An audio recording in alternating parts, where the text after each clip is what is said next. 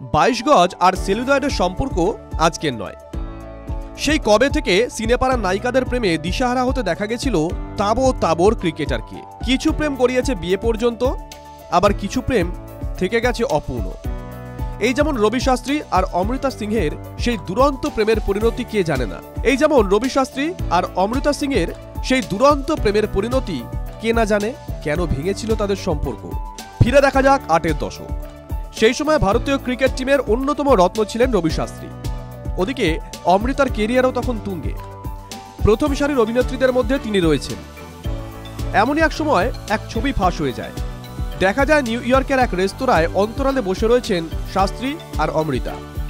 খবরটা এদেশে ছড়িয়ে পড়তে বেশি সময় লাগেনি। শোনা যায় অমৃতার আঙুলে আংটিও পরিয়ে দিয়েছিলেন শাস্ত্রী। বিয়ের প্ল্যানিংও ছিল দুজনের, এমনকি এই প্রেমের সম্মতি ছিল তাদের দুজনের পরিবারেরও। কিন্তু তাও কেন সম্পর্ক বিয়ে পর্যন্ত গড়ালো না?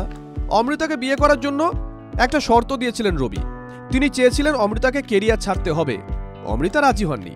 সেই সময় তার কেরিয়ার তুঙ্গে, সব ছেড়ে দিয়ে শুধু রবি স্ত্রী এই পরিচয় তিনি মেনে নিতে চাননি। ওদিকে রবিও গর্ব করে বলেছিলেন তিনি পুরুষতন্ত্রে বিশ্বাসী। তিনি চান তার স্ত্রীর কাছে বাড়ি প্রথম পছন্দের হওয়া উচিত। ওদিকে অমৃতা তা মেনে নিতে চাননি।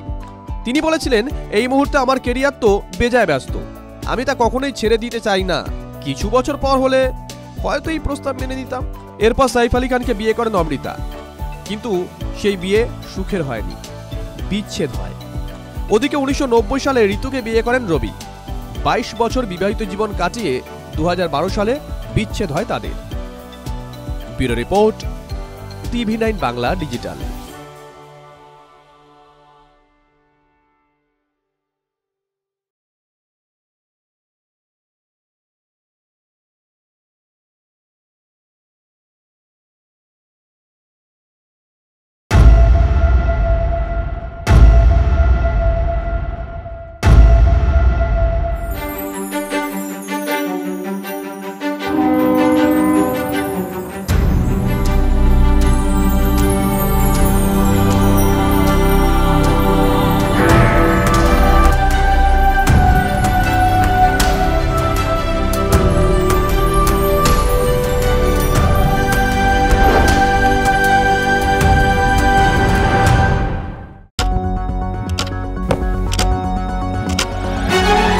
রাজনীতি শুধুই কি রাজার নীতি?